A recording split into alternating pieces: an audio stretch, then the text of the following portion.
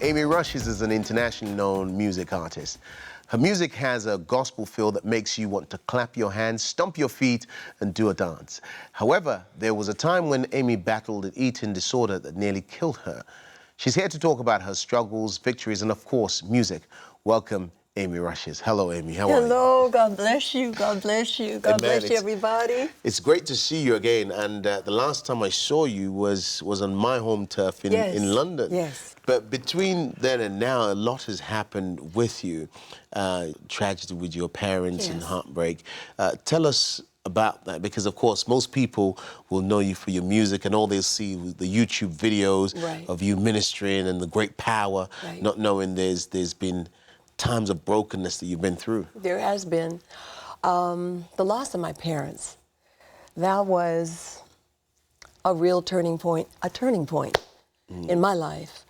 I'm an only child, so, you know, I was very close to them. My mother died, and 2 months later, my dad died. Wow. And my dad was like, God blessed me with a father that was a cheerleader.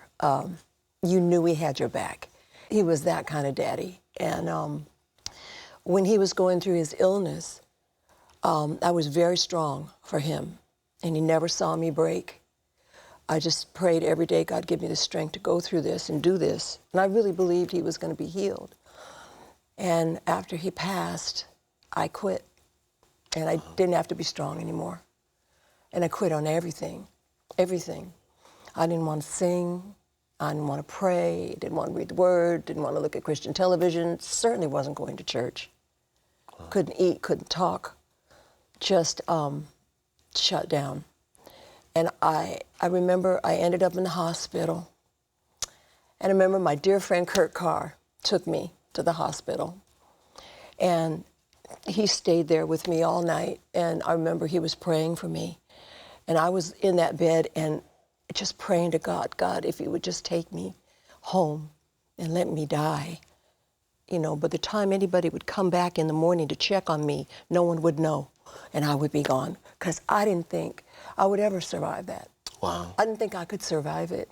So now, what was the first step back from that? Because that must have been some excruciating pain that you couldn't express. It was. And when you don't have family now, you know, that's doubly hard. I mean, it was really, really baby steps for me.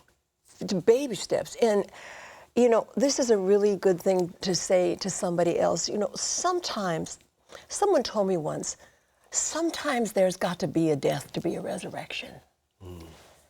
And out of that pain, out of all of that, this ministry was birthed out of all of that.